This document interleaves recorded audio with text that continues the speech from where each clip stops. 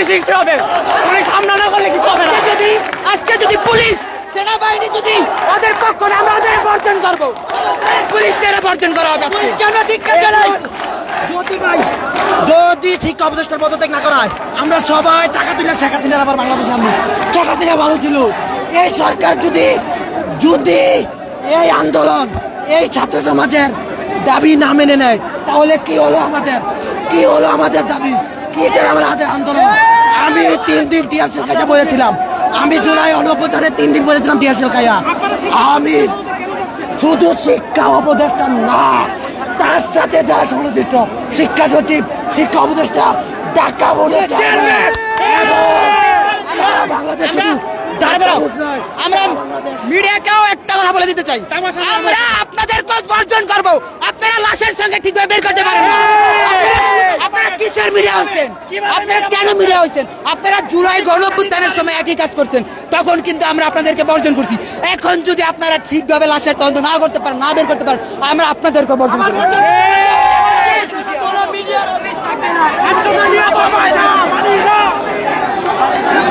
দর্শক দেখছেন যে সচিবালয়ের মূল ফটকের সামনে শিক্ষার্থীদের বিক্ষোভ এবং শিক্ষার্থীদের যে ভুয়া ভুয়া স্লোগান, সেই চিত্র দেখানোর চেষ্টা করছি। শিক্ষা উপদেষ্টা থেকে শুরু করে শিক্ষা বোর্ডের চেয়ারম্যানের পদত্যাগের দাবি করছেন শিক্ষার্থীরা বলছেন যে শিক্ষা ব্যবস্থার নানা অনিয়ম রয়েছে, এমনটাই অভিযোগ এনে তারা কিন্তু স্লোগান দিচ্ছেন এবং তাদের আজকের এই দাবি করছেন।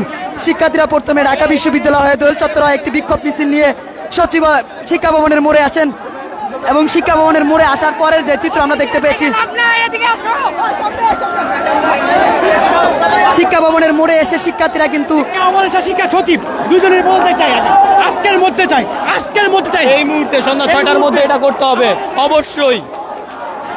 শুনছেন যে জীবনে খেলা করা মানি না, মানবো না। আমাদের 2টা-3টে বাজে দেখেন, রাতে 3টে আমাদের নোটিশ দেয়, পরীক্ষা হবে না।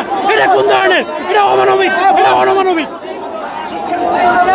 শিক্ষা সচিব ইভেন মন্ত্রণালয়ের চেয়ারম্যান আছে, শিক্ষা সচিব, শিক্ষা উপদেষ্টা ক্ষমা চেয়ে পদত্যাগ করতে হবে, ক্ষমা চেয়ে।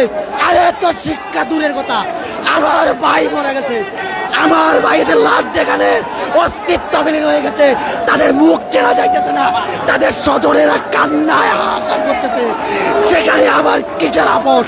কোনো আপোষ নাই। আমরা আপোষহীন বাংলাদেশ গড়বো, আপোষহীন বাংলাদেশ গড়বো। যদি আমাদের থাকতে হয় আমরা থাকবো, আমরা যেখানে থাকতো রাজপথে থাকবো। ইভেন দেশের সম্পদ, এখানে সবাই আন্দোলন করতেছে, আপনারা দেখতেছেন, কেউ দেশের সম্পদের উপর আঘাত করে না।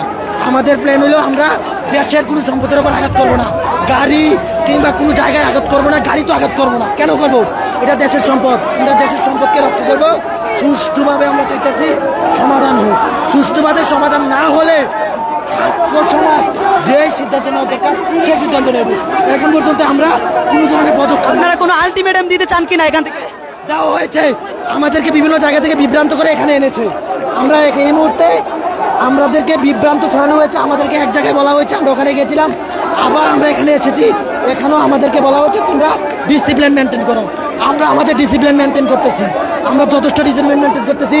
যদি আমাদের ডিসিপ্লিনের মূল্যায়ন না করা হয়, আমরা আমাদের যা করার তাই করবো, সিদ্ধান্ত আমরা নেব। এটাই সারা বাংলাদেশের ছাত্র জাগরণকে বলবো, তোমরা জেগে ওঠো। আমরা আপোষহীন রাষ্ট্র করতে চাই, বৈষম্যহীন রাষ্ট্র করতে চাই। এই মূর্খ যারা শিক্ষা ব্যবস্থাকে ধ্বংস করে দিচ্ছে, এই মূর্খদের পদত্যাগ চাই, যোগ্য মানুষ যোগ্য স্থানে চাই।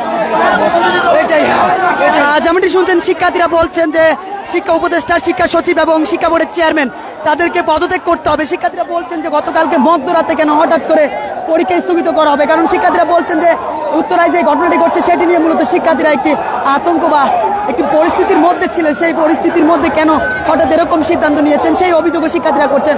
অন্যদিকে আমরা দেখতে পেয়েছিলাম যে শিক্ষার্থীরা ঢাকা বিশ্ববিদ্যালয়ে যে বিক্ষোভ মিছিলটি নিয়ে এসেছেন, সেটি শিক্ষা ভবনের মোড়ে আসার পর পুলিশের ব্যারিকেড ভেঙে দিয়ে তারা কিন্তু প্রথমে শিক্ষা ভবন প্রবেশ করেন। পরে আমরা দেখতে পাচ্ছি সেখান থেকে তারা,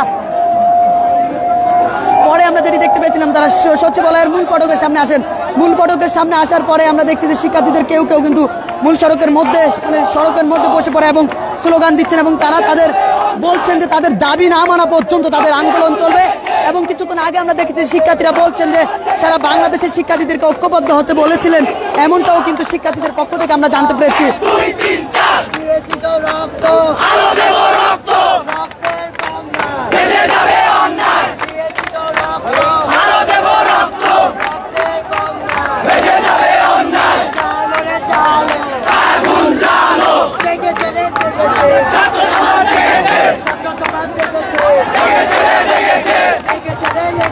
দেখতে পাচ্ছেন সচিবালয়ের মূল ফটকে পুলিশের অবস্থান, ঠিক তার সামনে শিক্ষার্থীদের যে স্লোগান, সেই স্লোগানের চিত্র দেখানোর চেষ্টা করছি।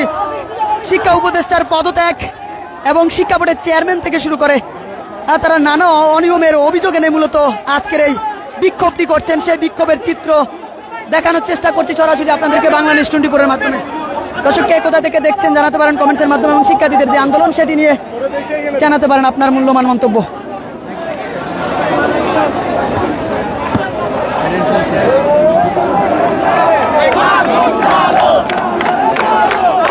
দেখতে পাচ্ছেন সচিবালয়ের সামনের সড়কে শিক্ষার্থীরা বসে পড়ে স্লোগান দিচ্ছেন, সেই চিত্র দেখানোর চেষ্টা করছি সরাসরি আপনাদেরকে বাংলা নিউজ 24 এর মাধ্যমে।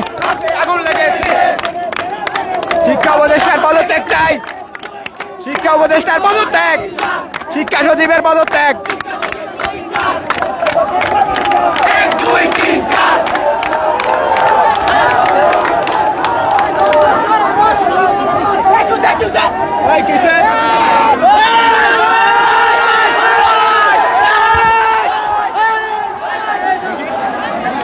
দেখতে পাচ্ছেন কিছুক্ষণ পর পর শিক্ষার্থীদের পক্ষ থেকে যে উত্তাল অবস্থা তৈরি হয়ে ওঠে, সেই চিত্র দেখানোর চেষ্টা করছি আপনাদেরকে।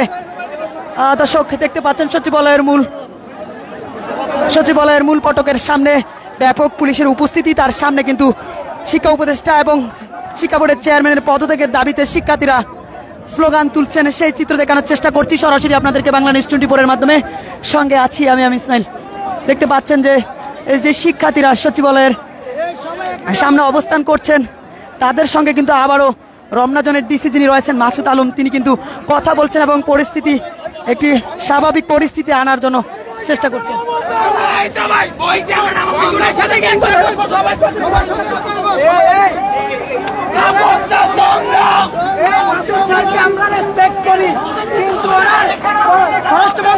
কিভাবে পাঠাইছে এতদিন পর্যন্ত পোলাবাড়ির উপরে মানসিক ট্রমা দেওয়ার পরে, কালকে একটা অমানবিক চিন্তা ভাবনা ডিসিশন নেওয়ার পরে কিভাবে আপনি এখানে আসেন?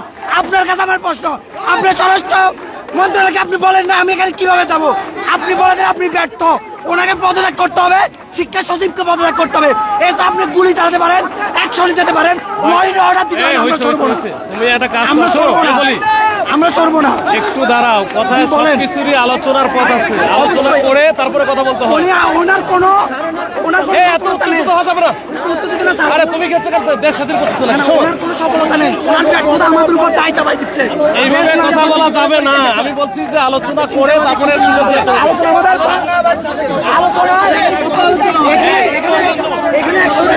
সাতজন গেছে, ওরা কথা বলা আছে, সাতজন ওরা আরে তোমাদের প্রতিনিধি গেছে না, আমাদের এখানে কোনো প্রতিনিধি বলা হয় না, আমি তো জানি না। ওরা বললো যে আমরা প্রতিনিধি সাতজন যাচ্ছি, আমাদের কোনো প্রতিনিধি চায় না। সংগ্রাম চলে, শক্তি তাদের কথা আমরা মানি না। সেই শিক্ষা উপদেষ্টার পদত্যাগ চাই, এই ছাত্রী পরীক্ষার্থী নাকি মানুষ না। দেখছেন যে শিক্ষার্থীরা শিক্ষা উপদেষ্টার পদত্যাগের দাবিতে সচিবালয়ের সামনে স্লোগান দিচ্ছে। আমাদের স্পষ্ট দাবি, আমরা কোনো কথা বলতে চাই না, আমরা কার সাথে বসতে চাই না। এই শিক্ষা ভবনের উপদেষ্টা এবং সচিবকে অনতিবিলম্বে পদত্যাগ করতে হবে।